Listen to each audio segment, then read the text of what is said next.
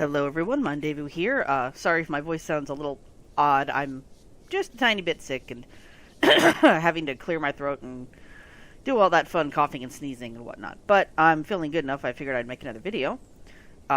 This is another quest item finding tutorial for Path of Titans, and I'm currently in Rainbow Hills, which, gee, I wonder where that is.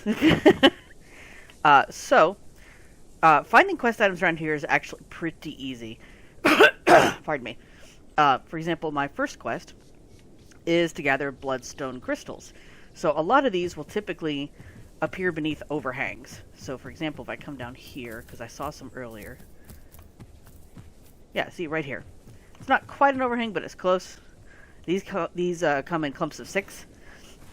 And unlike a lot of the other quest items, they don't regenerate very quickly. Like it takes a long time for bloodstone crystals to come back. Like if you're questing for mushrooms or flowers or cactus or whatever, then you'll see they come back pretty quick if you linger around an area long enough.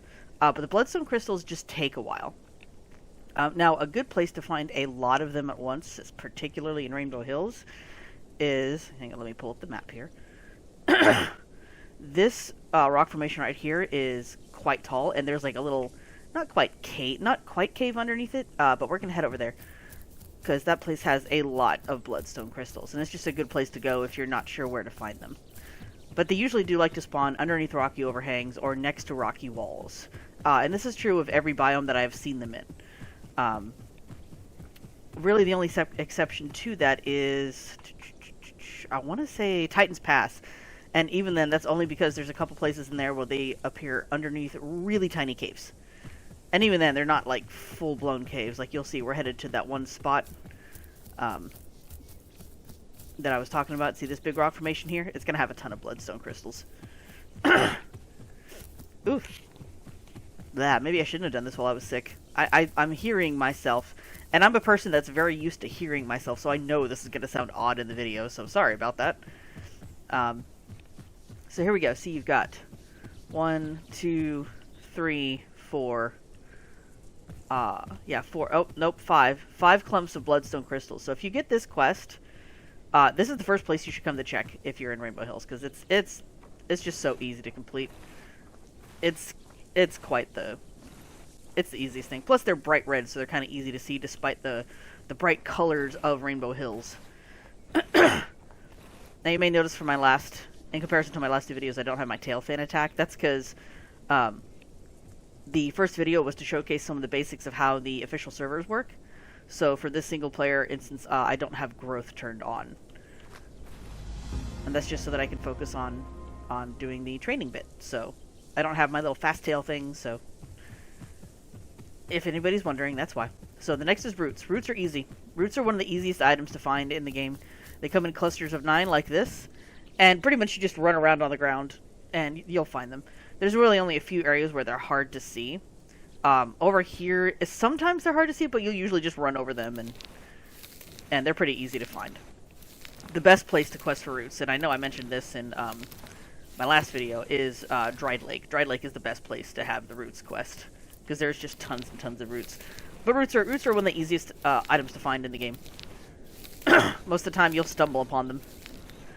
They don't seem to have any particularly set place. Like they all tend to spawn in different locations in each biome, but they're not, apart from a few areas, they're really not all that hard to find. And in Dried Lake, they're heckin' obvious. And like out here, you see I just ran across 3 piles and ta-da, my quest is done. Now this quest, I'm talking a little too fast for, my brain wants to go faster than my mouth can keep up.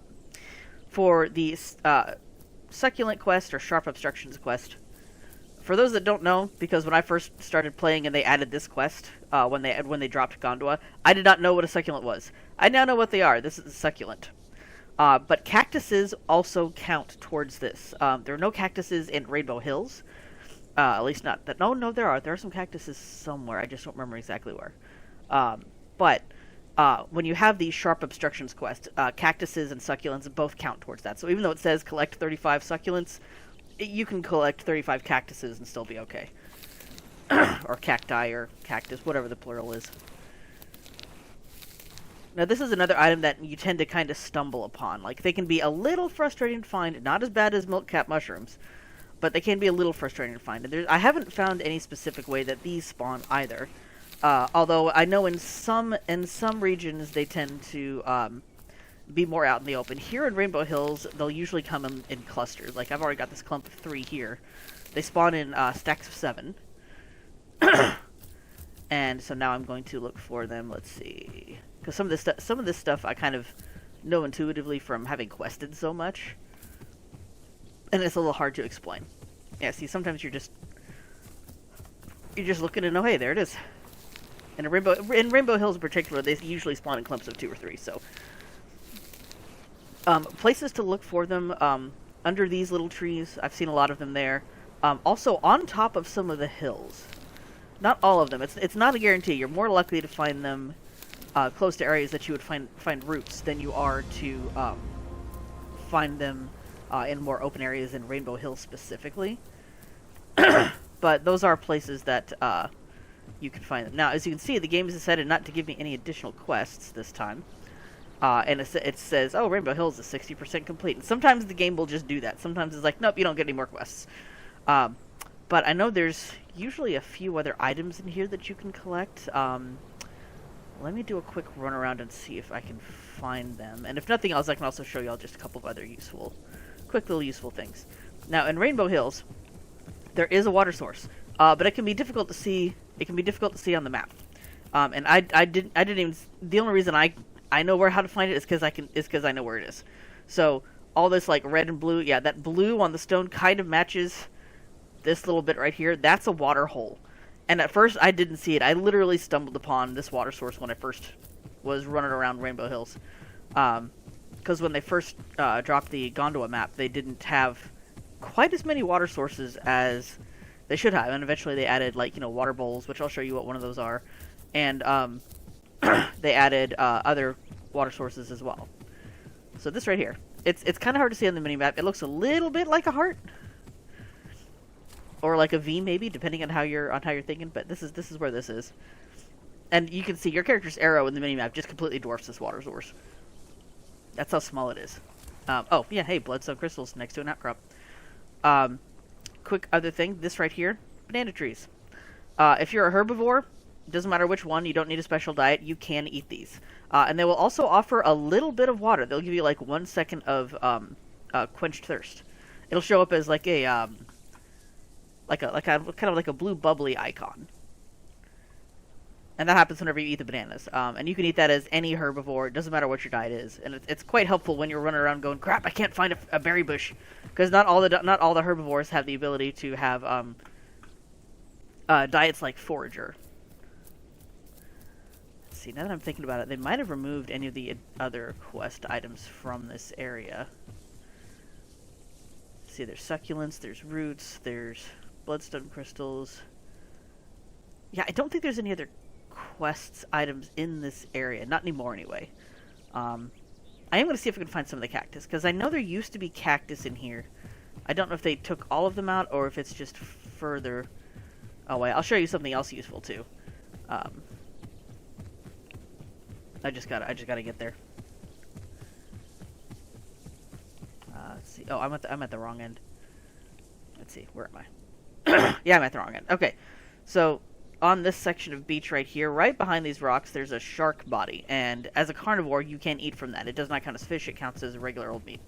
Even though a shark is a fish, but video games got a video game sometimes.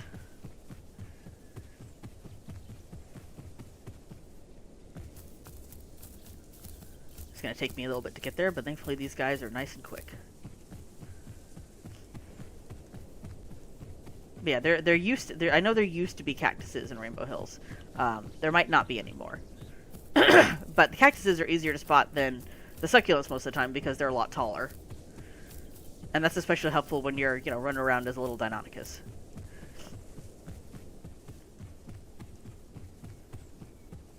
This is convenient. The critter burrow is right there near the shark carcass.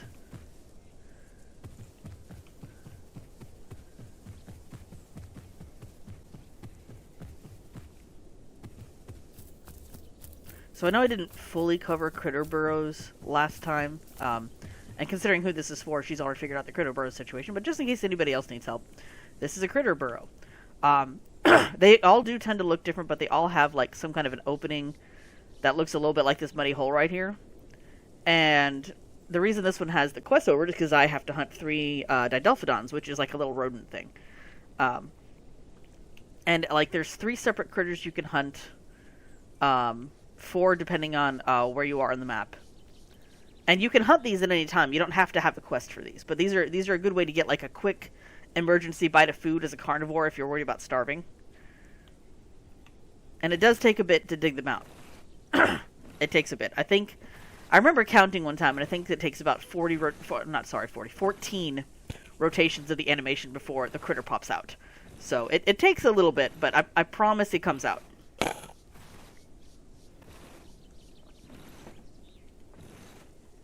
See, there he goes. And they don't all have this coloration. Sometimes they look like badgers. This one looks like a wild dog. Get back here. Usually takes about 3 bites to kill them, depending on what you are. And ta-da, you have food. It's a great food source for smaller carnivores. And like I said, sometimes it's good to just find a burrow and grab that meal super quick. And of course, if you kill 3 of these things as per your quest, you'll get, a growth boost and some marks.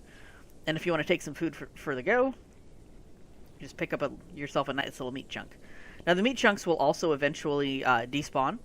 But like any food that you can hold in your mouth like this, you can also swallow while on the go. So like once I get hungry, I can just swallow this. But in the meantime, I'll show you where the shark carcass is. That's right over here. And it's very useful to know where the bodies spawn as a carnivore, because sometimes you just can't quite hunt something, or you're in an area where no other players are, or you recently used the burrow and that wasn't enough and you're still worried about starving. Looking for shark carcasses helps. And there's also regular bodies too. I'll put this down. There's also regular bodies, but like, and I'll show you what those look like. They're a little gorier, but there's those and there's these, and that's good stuff to know to keep your carnivore alive. So that's all I can think of for Rainbow Hills. So I'm gonna stop this episode here. I am also gonna have to clear the weather because I don't like the foggy weather, and that's not good for helping you guys with quest items. And I'll see you in the next video where we'll cover a different region.